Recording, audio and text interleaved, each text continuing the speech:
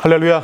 네, 잘 오셨습니다. 오늘 하루의 마무리를 예배로 할 수 있는 것이 정말로 큰 은혜인 줄로 믿습니다. 사실 오늘 못 오신 분들이 손해예요. 그렇지 않습니까? 이 오신 분들이 더 큰 은혜가 이 자리에 임할 줄로 믿습니다. 우리 좌우 앞뒤에 계신 분들과 이렇게 인사할까요? 오늘도 잘 오셨습니다. 잘 오셨습니다. 또 이렇게 축복할게요. 오늘도 은혜 많이 받으십시오. 오늘도 은혜 많이 받으십시오.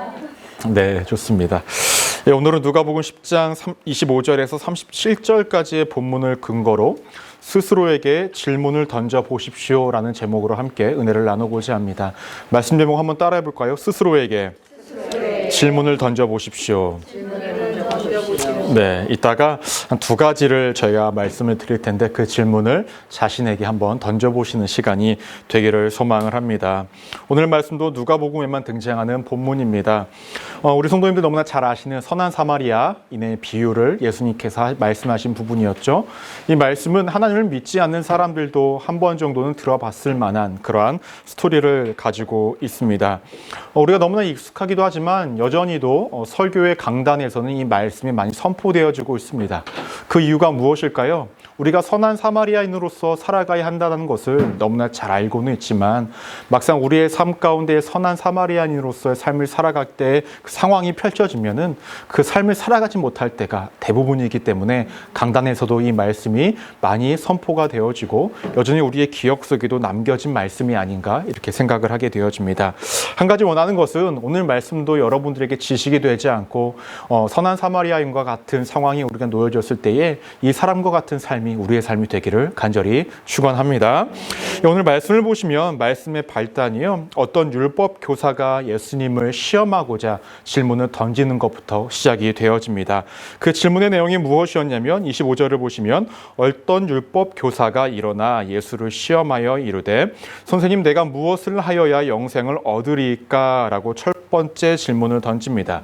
이 율법 교사가 누구인지는 모릅니다. 하지만 질문을 던졌을 때에 좋은 의도로 예수님께 질문을 던진 것은 아닌 것 같아요. 말씀을 보시면 예수님을 시험하기 위한 어떤 질문이었다고 말씀하고 있습니다. 지난주 수요일 날도 우리가 말씀을 나눴지만 바리새인들과의 대화 속에서 예수님이 대화를 하실 때에 바리새인들이 대화를 먼저 하기 위해서 나와왔을 때에는 그 어떠한 것도 좋은 의도로 대화를 시도했던 적이 없어요. 오늘 말씀에도 들어갔지만 율법 교사 역시도 좋은 의도로 질문한 것이 아니라 예수님을 어떠한 공경에 빠뜨리기 위해서 예수님을 조금 민망하게 만들기 위해서 사람들로부터 예수님이 대단한 존재가 아니라는 것을 보이기 위해서 어떠한 대화를 이끌어가거나 어떠한 질문을 던지고 있다는 것을 알 수가 있습니다. 근데 참 말씀을 보시면 기가 차요. 기가 차고 코도 차고. 왜 그러냐면요, 25절 말씀을 보시면 겉으로 보기에는 정말로 율법 교사가 예수님 앞에 최대한 예의를 갖춘 듯한 모습을 보여주고 있기 때문에 그러합니다. 당시에 제자들이 스승에게 어떠한 질문을 던질 때에 어떠한 자세로 질문을 던졌냐면 자리에서 일어나서 질문을 던졌다는 거예요. 또 오늘 말씀도 보면 율법 교사가 자리에 일어서서 예수님께 질문을 던지기를 시작합니다. 또 예수님을 뭐라고 부릅니까? 선생님이라고 불러요. 물론 이 율법 교사는요, 예수님을 하나님의 아들이라고 메시아로 보지 않는 것은 당연했었습니다. 그런데 그럼에도 불구하고 그가 부를 수 있는 최대한의 존칭인 선생님이라고 부르는 것 같아요. 하지만 이렇게 부르는 것 모습 자체가 어떠한 속내가 분명히 있다는 것입니다.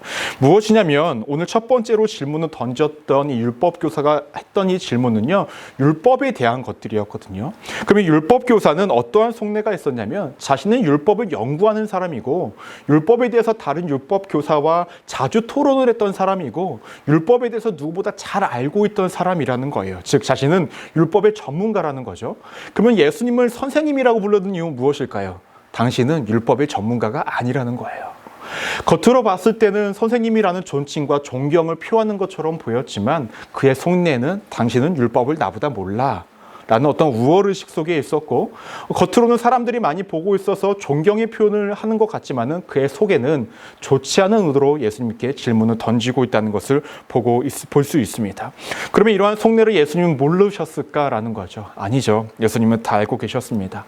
이러한 질문에 대해서 예수님은요, 답변을 해주시는 것이 아니라 또 다른 질문을 던지십니다. 그래서 뭐라고 질문을 던지시냐면 율법에 무엇이라 기록되었으면 내가 어떻게 읽느냐라고 예수님께서 이 율법 교사에게 역으로 질문을 던집니다. 이때에 율법 교사는요, 조금의 지체함도 없이 뭐라고 이야기를 하냐면 우리 27절 말씀 우리 함께 한번 읽어볼까요? 시작. 대답하여 이르되 내 마음을 다하고 목숨을 다하고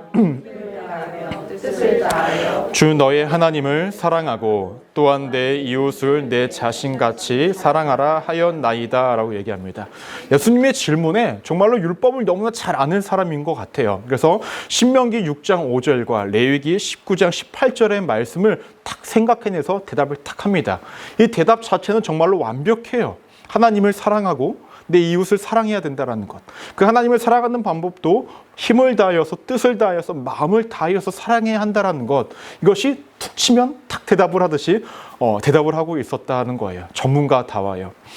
우리가 전반기 때 성경 공부를 같이 했었죠. 그때 제가 여러분들에게 부탁 한 가지를 드렸던 것이 있었습니다. 그것은 무엇이었을까요? 여러분, 성경 공부를 할 때에 의문이 생기고 질문이 생기는 것은 질문을 하실 수 있어요. 그러나 제가 즉각 대답을 할 거라는 기대는 버리시라고 제가 말씀을 드렸죠. 왜 그럴까요? 제가 알아도 전 대답을 안 해요. 몰라도 대답을 안 해요. 왜 그럴까요? 제가 모르는 걸 숨기기 위한 것이겠죠. 그래서 항상 말씀드리죠. 질문을 던져주시면 제가 다음 주에는 반드시 대답을 드릴 거라고 이야기를 드렸습니다. 왜냐하면 저도 나름 말씀을 연구하고 공부하는 사람이지만 속속들이 다 그때마다 다 떠오르지는 않는다라는 거예요. 그런데 이 율법 교사는 당시에 율법을 다 외우고 있었던 사람이기 때문에 예수님의 질문에 대해서 즉각 대답을 할 수 있던 사람, 그 정도의 수준에 이르렀다라는 거예요. 근데 이러한 대답에 대해서 예수님은 칭찬을 하거나 그 사람의 대답에 대해서 놀라시는 모습이 조금도 없어요.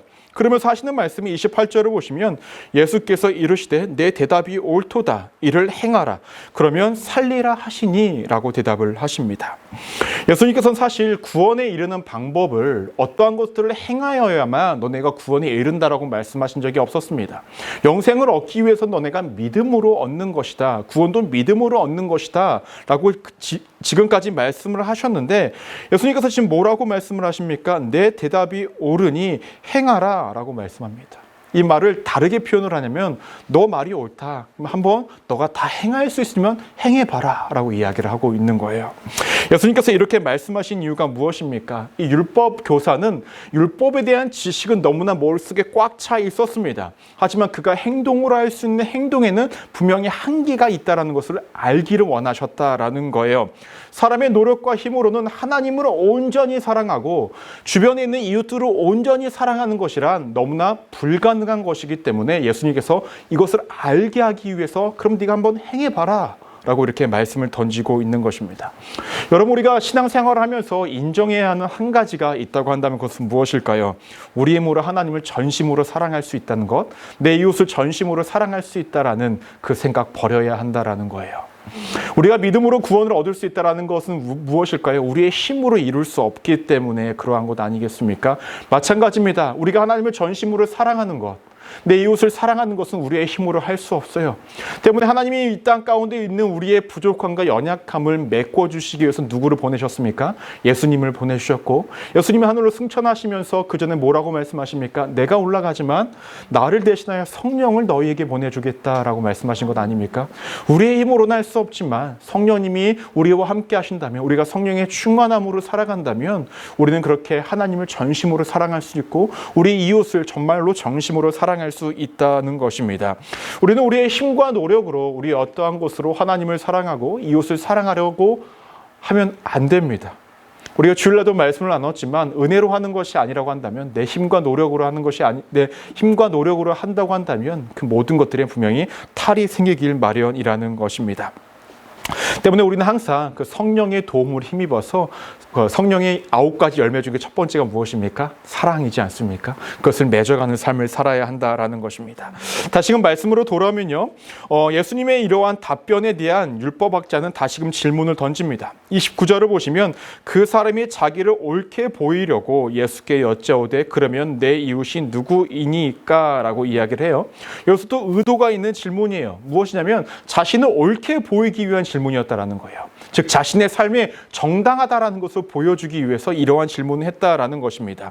다르게 표현을 하자면 이 율법 교사는요, 나는 내 주변의 이웃을 정말로 사랑하면서 살아가고 있습니다 라는 것을 어필하기 위해서, 나타내기 위해서 이 질문을 예수님 앞에 이야기하고 있었다라는 것입니다. 여러분, 그런데 당시에 사람들의 이웃의 범위가 어느 정도였을까요?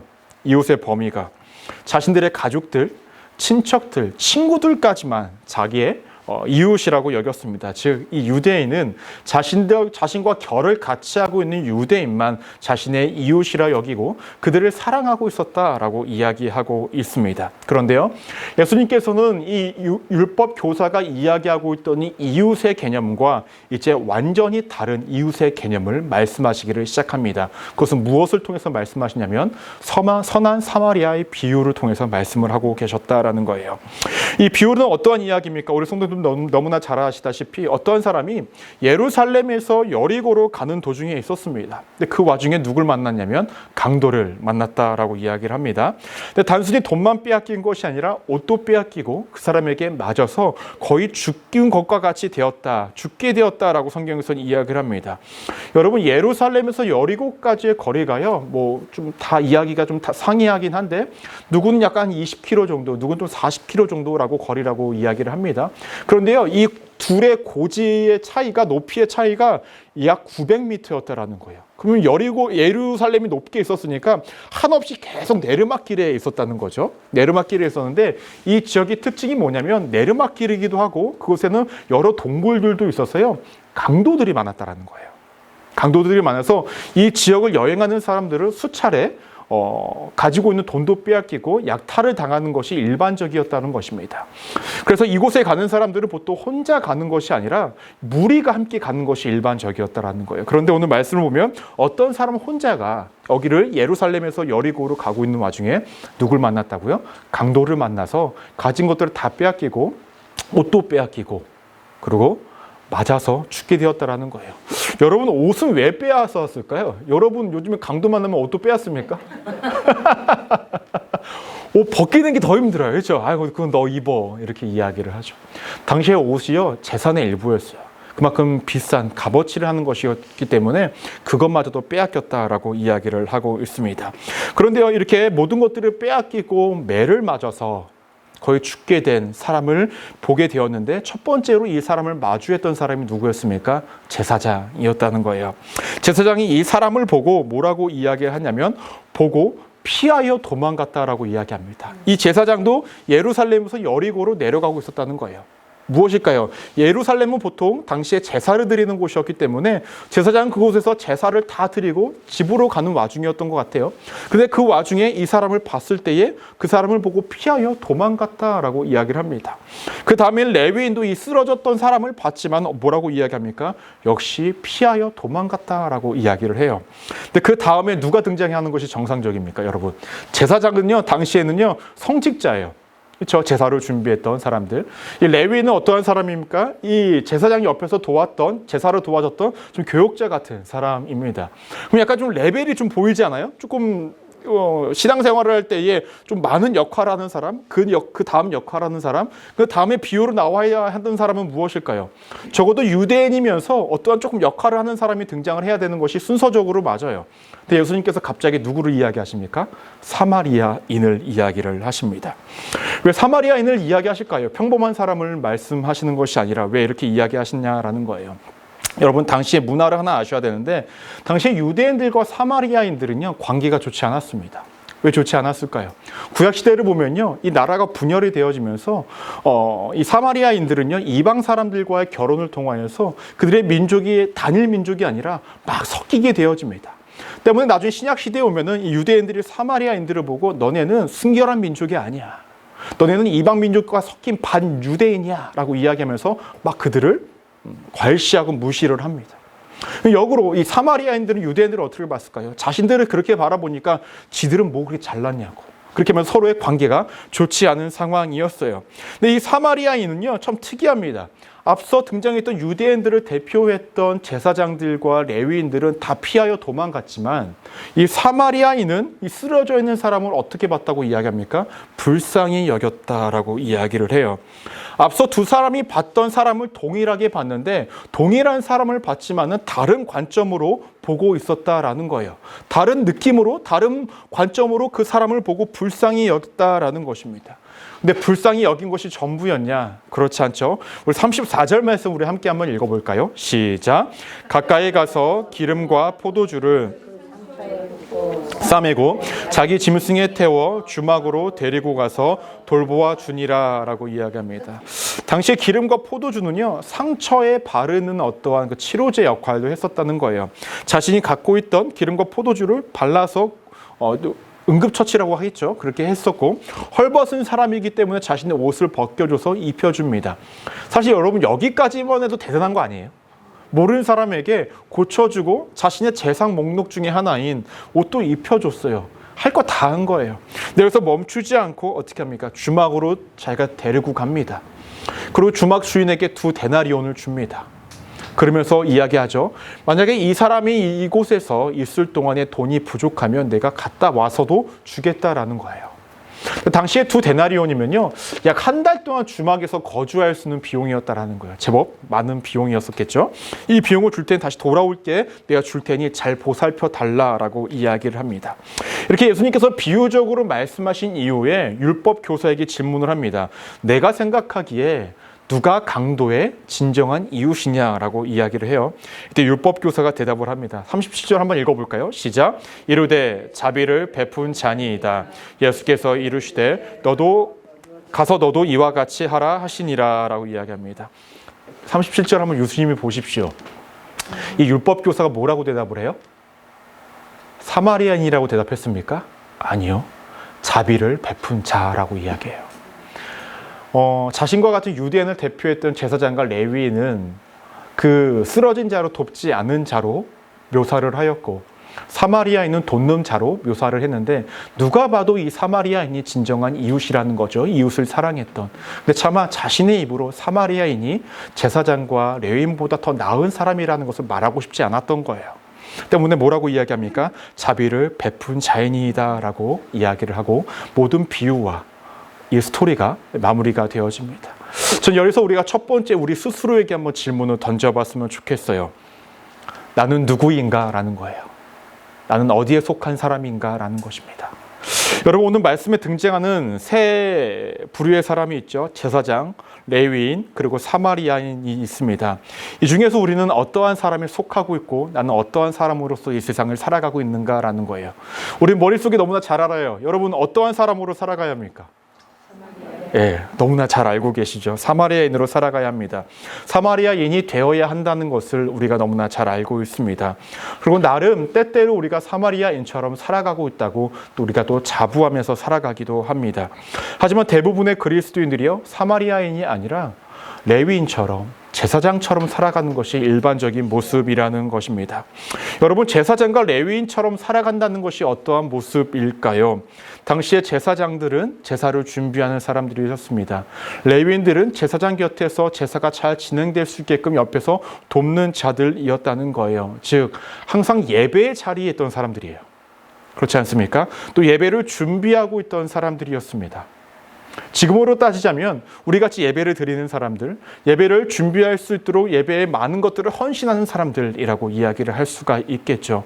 더 나아가서 당시의 제사장과 레위인들은요, 아론의 후손이었고 레위 지파의 사람들이에요. 혈통적으로 오랜 시간 동안 하나님을 믿어왔던 사람이라고 자부했던, 믿음에 혈통했던 사람들입니다. 어떤 사람들이 이렇게 이야기해요.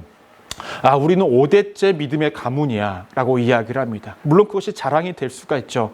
근데 그것보다 더 큰 자랑이 되어야 할 건 무엇일까요? 현재 내가 어떻게 살아가고 있는가가 더 큰 자랑이 되어야 되는 거 아닙니까? 근데 당시의 사람들은 혈통적으로 너무나 뛰어났을지는 모르겠지만 그들의 삶은 예배의 자리에 있었고 예배를 준비하며 많은 헌신의 자리에 있었지만 그들의 모습은 경건의 모습은 있었을지 몰라도 경건의 마음과 경건의 삶은 그들의 모습 가운데는 있지 않았다라는 것입니다. 때문에 그들은요, 혈통도 좋고 아는 것도 많아서 무엇이 옳은지 무엇이 그른지는 너무나 잘 알았어요.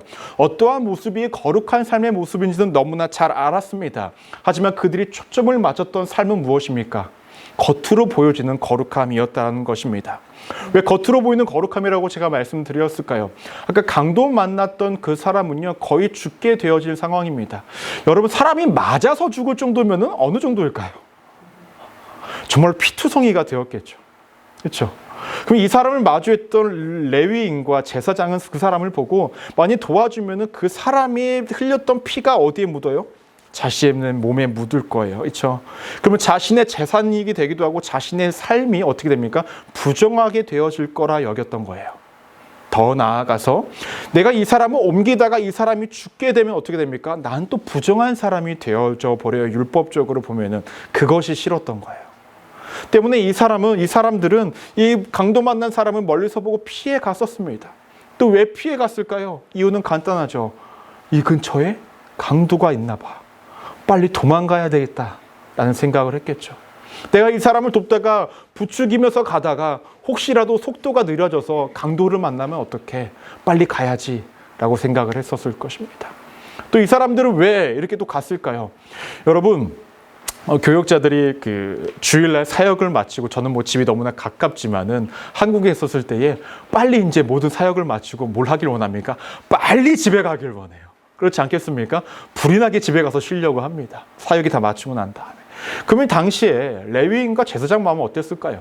예루살렘에서 제사를 다 드리고 할 거 열심히 다 하고 이제 여리고로 가는 거예요. 집으로 가는 거예요. 집으로 가서 가족들과 어떻게 지내하고 뭘 하고 플랜들이 다 있었을 거 아닙니까? 그런데 이 사람을 도우면 그 모든 플랜들이 다 깨져요. 그것이 싫은 거예요. 그래서 이제 빨리 가려고 피해서 가는 것입니다. 이렇게 본다면 이 제사장과 이 레위인은요, 왜 이 사람을 돕지 않았을까요? 이 사람을 돕는 것은 자신에게 조금의 유익도 되는 것이 없기 때문에 그래요. 이 사람을 돕기만 한다면 내가 피해를 입고 나에겐 단점밖에 없고 나에게는 어려움만 생길 것이니까 이 사람을 돕지 않는 것입니다. 자신의 역할은 이미 다 했으니까, 자신이 해야 할 사명은 다 했으니까 이제 자신은 아무런 피해도 입지 않고 거룩한 모습은 사람들에게 다 보여줬으니까 이제는 자신의 도리를 다 했으니까 피해서 간 것뿐이다라는 것입니다. 즉 이들은 보이는 거룩함에만 열중을 다하였고 거룩한 삶과 거룩한 마음은 그들 속에 존재하지 않았다라는 것입니다. 여러분, 이에 반해서 사마리아 사람이 이렇게 행동할 수 있었던 이유는 무엇입니까? 자신에게 주어질 불이익과 그 다음에 그 피해를 생각하지 않았다는 거죠. 이 사람을 도와줌으로 통해서 나에게 이 주어질 불이익과 피해를 바라봤던 것이 아니라 그저 이 영혼을 바라봤기 때문에 그가 이 강도 만난 자를 도울 수 있었다라는 것입니다. 그 영혼에 대한 안타까움과 불쌍함을 받기 때문에 이 같은 행동을 할 수 있었다라는 것입니다. 여러분, 우리가 신앙생활하면서 정말로 버려야 할 것 중에 하나가 무엇입니까? 내가 보고 싶은 대로 보는 거예요. 그렇죠? 너무나 위험해요. 이 사람을 바라볼 때도 내가 보고 싶은 대로 보는 거예요. 저 사람을 바라볼 때도 내가 보고 싶은 대로 보는 거예요.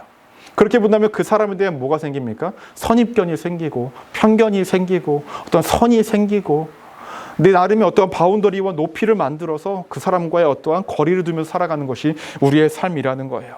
그런데 우리의 시선은 그러한 시선으로 누군가를 바라봐서는 안 된다라는 것입니다.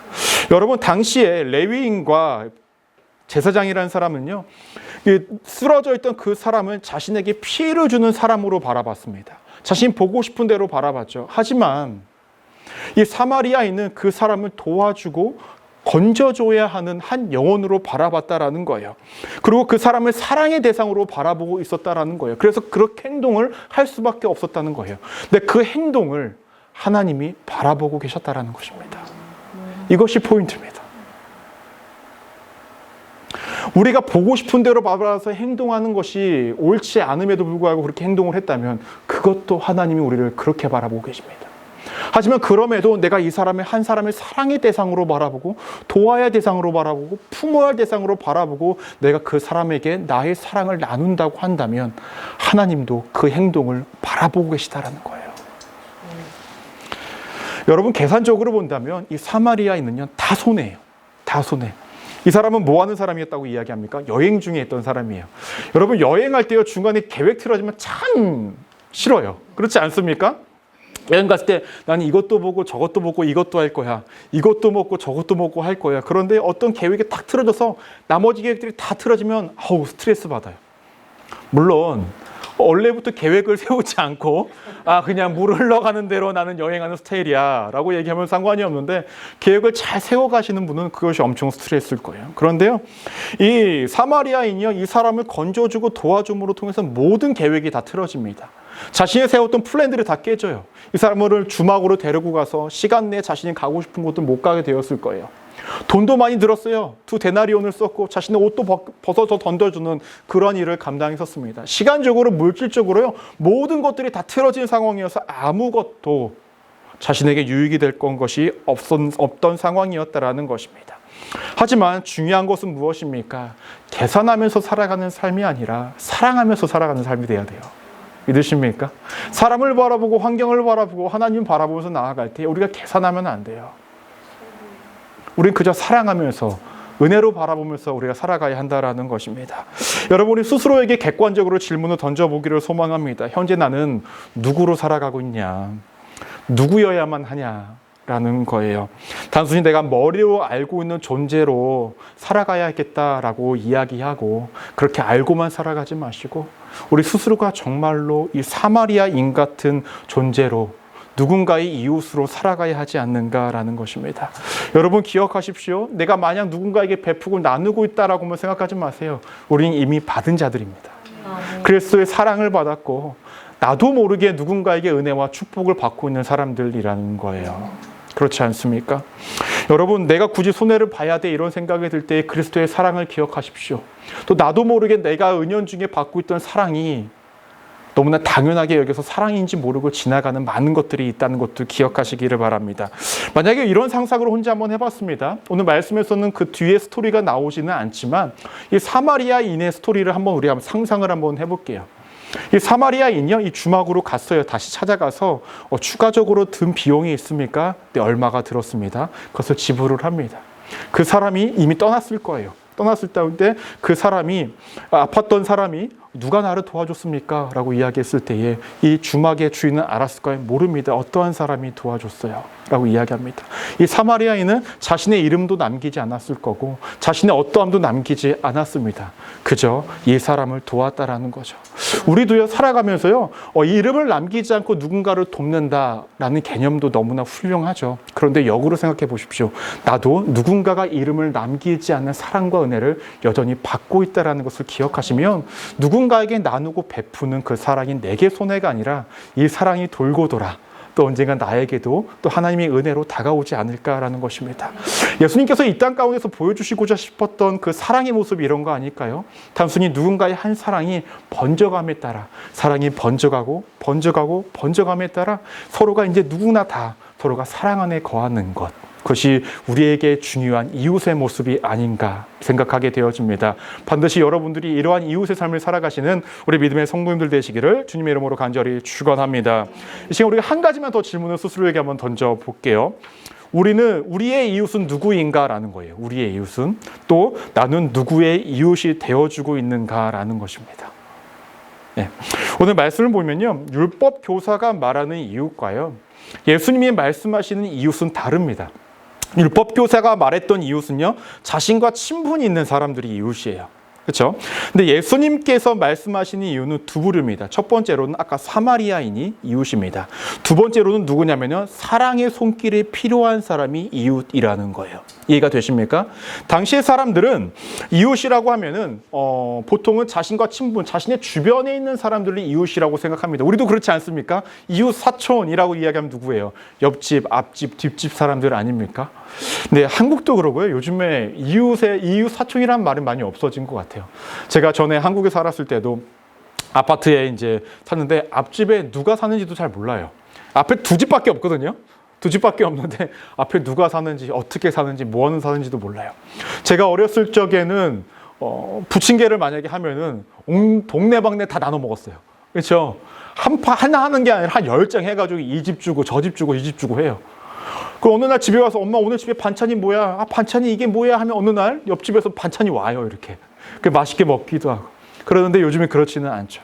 우리는 주변에 있는 사람들을 이웃이라고 생각을 하고, 당시에 이 율법 교사도 자신이 생각한 이웃은 자신과 결을 같이 했던 유대인들, 자신의 가족과 친척들을 자신의 이웃이라고 여겼습니다. 그리고 당시에 사람들이 기대했던 이웃은 누구일까요? 오늘 말씀에서 등장하는 제사장과 레위인들이 그들이 이웃이라고 생각을 했을 거예요. 왜냐하면 그들은 종교적으로 굉장히 뛰어났던 사람들 아닙니까? 종교적으로 모든 것들을 다 갖춘 사람들 아닙니까? 근데 그들이 이웃이라고 여겼지만 그들이 이웃이었습니까? 아니었다라는 거예요. 그들의 삶 가운데서 정말로 비주류였던 사마리아인이 그들의 진정한 이웃이었다라는 거예요. 사실은 당시의 사마리아인들은 어떠한 사람들에게도 기대감을 가지지 못하는 사람들이었습니다. 기대감을 주지 않는 사람들이었어요. 하지만 진정한 이웃이라는 사람들은 어떠한 종교적인 관념 속에서 어떠한 틀을 갖고 있던 사람이 아니라 진정으로 그 안에 예수 그리스도를 믿음으로 통해서 사랑을 품고 살아가는 사람이 진정한 이웃이었다라는 것입니다. 사람들은 다 편견과 어떠한 기준을 갖고 있습니다. 이러한 형태와 모습을 갖춘 사람이 정말로 그리스도인이고, 이러한 형태와 모습을 갖춘 사람이 우리의 이웃이 될 거다라는 어떠한 내 기준에 따라 편견과 기준을 가지고 살아갑니다. 하지만 저와 우리는요, 세상이 갖고 있는 이러한 편견을 다 깨고 그리스도께서 보여주시는 기준을 가지고 우리의 이웃을 삼고 우리가 이웃이 되어줘야 한다라는 것입니다. 여러분, 이 세상에서 이웃은 이웃이라고 아는 자가 이웃이 아니라 행하는 자가 이웃입니다. 믿으십니까? 진정한 이웃은 사랑하는 대상을 자신이 선별하는 사람이 아닙니다. 그저 자신의 눈앞에 보이는 사람을 사랑하는 사람이 이웃입니다. 믿으십니까? 제가 설교를 준비하면서 한 책에서 글귀를 하나 따왔어요. 너무나 좋은 말이라서 한번 들어보십시오. 사랑은 그 대상을 확정 지음으로써 시작되는 것이 아니라 사랑은 오히려 이웃을 찾아낸다라는 거예요. 이해가 되세요? 내가 사랑하기 위해서 어떤 사람을 찾아내는 것이 아니라, 선별하는 것이 아니라 내가 사랑을 갖고 있으면 이웃이 보이기를 시작한다는 것입니다. 우리가 그리스도의 사랑을 품고 있다고 한다면 이웃이 보여요. 당시에 사마리아인이 그랬던 거예요. 쓰러져 있던 사람이 나에게 피해를 주는 대상이 아니라 사랑해야 할 대상으로, 품어줘야 할 대상으로, 내가 그의 이웃이 되어줘야 할 대상으로 바라보고 있었다라는 것입니다. 여러분들은 이웃을 만나셨습니까? 어떠세요? 우리에게 진정한 이웃이 있습니까? 여러분 만나셨어요. 누구십니까? 예수 그리스도십니다. 예수 그리스도께서 우리의 진정한 이웃이 되어주신다라는 거예요. 여러분, 누군가에게는 우리가요, 모든 것들을 빼앗긴 사람과 같은 사람처럼 비춰질 것이에요. 누군가에게는 우리가 정말로 부정한 사람처럼 비춰질 수도 있습니다. 또 누군가에게는 우리가 헐벗은 사람처럼 보여질 수도 있고요. 우리는 누군가에게 정말로 도움이 필요 없이 살아갈 수 없는 사람처럼 보여질 수 있고요. 누군가에는 우리가 누군가에게 피해만 주는 사람처럼 보여질 수가 있습니다. 근데 그럼에도 불구하고 예수님께서는 우리에게 먼저 다가오셔서 십자가의 은혜와 그 사랑을 내어주신 것 아닙니까? 그러면 우리의 진짜 참 이웃이 누구십니까? 예수 그리스도이십니다. 그 사랑을 받은 우리라고 한다면 우리도 이 세상 속에서 어떠한 모습으로, 이 사마리아인의 모습으로 우리가 살아가야 하지 않을까라는 것입니다. 여러분, 누군가에게 이웃이 되어 주십시오. 내가 선별한 대상의 이웃이 아니라 사랑이 필요한 대상에게 내가 다가가서 이웃이 되어 주시라는 거예요. 내가 누군가의 이웃이 되어주면 누군가도 나의 이웃이 되어줍니다. 그렇게 우리가 살아갔으면 좋겠습니다. 순복음 소망교회 우리 안에서는 서로가 다 이웃일 줄로 믿습니다. 서로의 사랑이 넘치고 은혜가 넘치고, 못 도와줘서 안달난 사람들처럼, 도와주고 싶어서 정말로 미친 사람처럼, 그렇게 우리 갑자기 헛기침 나오세요? 네, 항상 이럴 때 타이밍이 참 오묘해요. 이러면 어떻고 저러면 어떻습니까? 단지 우리가 겉으로 보이기에 레위인과 제사장과 같은 형태를 갖추는 모습이 아니라, 겉의 모습은 우리가 조금 부족해 보일지 몰라도 그리스도의 사랑을 품고 오늘도 앞으로도 살아가 정말로 내가 누구인지를 발견하고 늘 내 스스로에게 질문을 던짐으로 나 스스로를 되돌아보면서 늘 이렇게 사마리아인으로서의 삶을 살아가시는 우리 믿음의 성도님들 되시기를 주님의 이름으로 간절히 축원합니다. 기도하시겠습니다.